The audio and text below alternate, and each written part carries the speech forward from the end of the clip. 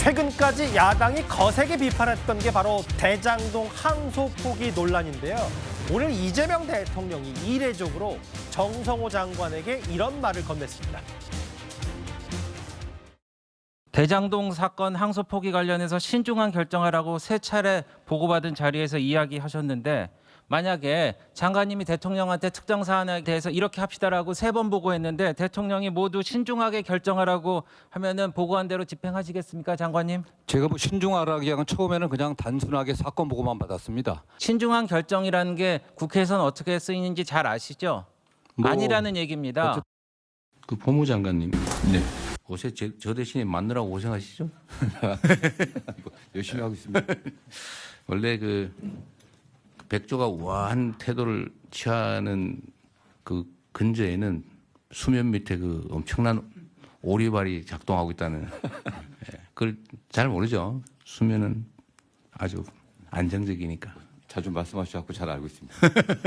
네, 그 발 역할 잘해주셔서 감사하고요.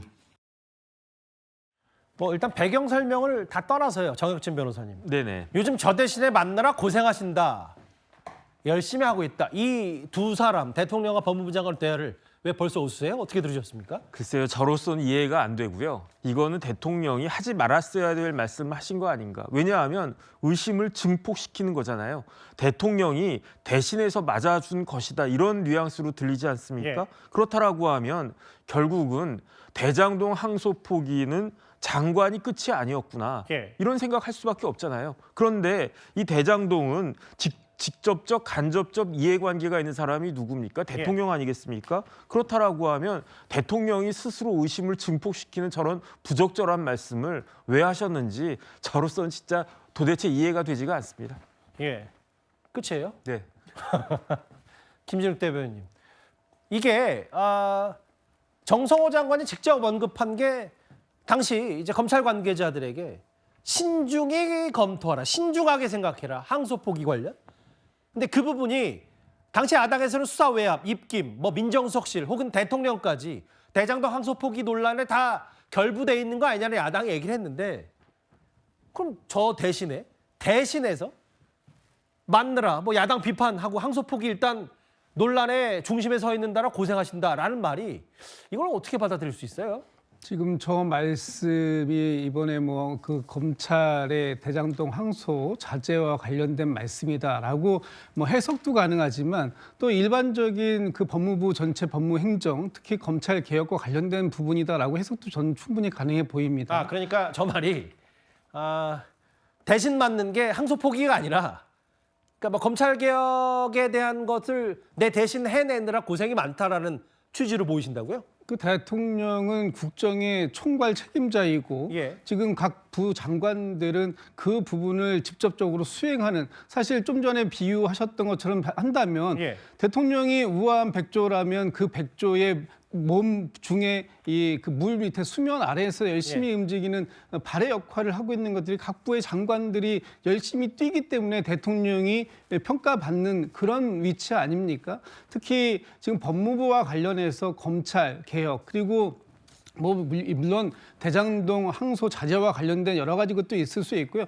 또 얼마 전에 또 그렇게 따지면 대통령께서 검사들에 대한 감찰을 직접적으로 지시하신 이런 여러 가지 사안들이 전체적으로 다 해당 범위에 들어 있을 수도 있겠습니다만. 진짜 죄송한데, 만약에 그 얘기를 하면 또 이화영 전 부지사 관련된 재판도 이재명 대통령의 직간접적으로 관련이 있기 때문에 검사 퇴정. 근데 어쨌든 그런 부분의 논란거리들 다 법무부 장관이 내 대신 막아주니까 고생한다라는 게, 누가 보면 검찰개혁이란 큰 얘기를 만약에 주어로 던졌으면 모르겠는데, 그런 것까지 다 포함한다면 이게 진짜 이해충돌 아닌지라는 제 해석도 있는 것 같아서 어떻게 판단하세요?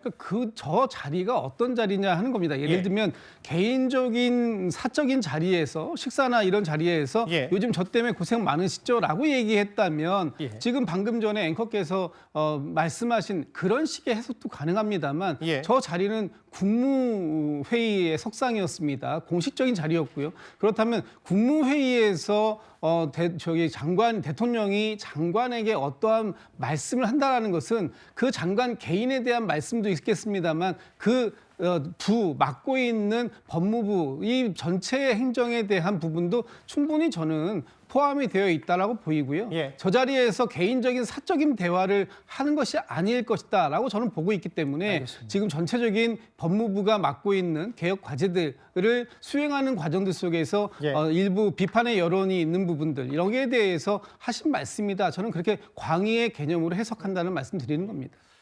이제 뭐 어떻게 해석하느냐는 이제 각각 개개인마다 다르긴 한데 일단 어쨌든 만약에 이렇게 항소포기 논란과 관련이 있다면 성남시는 성남시 자체적으로 지금 추징 관련해서 가압류 신청 대상을 했는데 글쎄요 총 5,600억이 넘는다. 근데 이 부분을 정말 다시 환수할 수 있을지에 대한 의문점은 여전합니다. 4위도 이재명 대통령에 관련된 정성호 장관 메시지였습니다.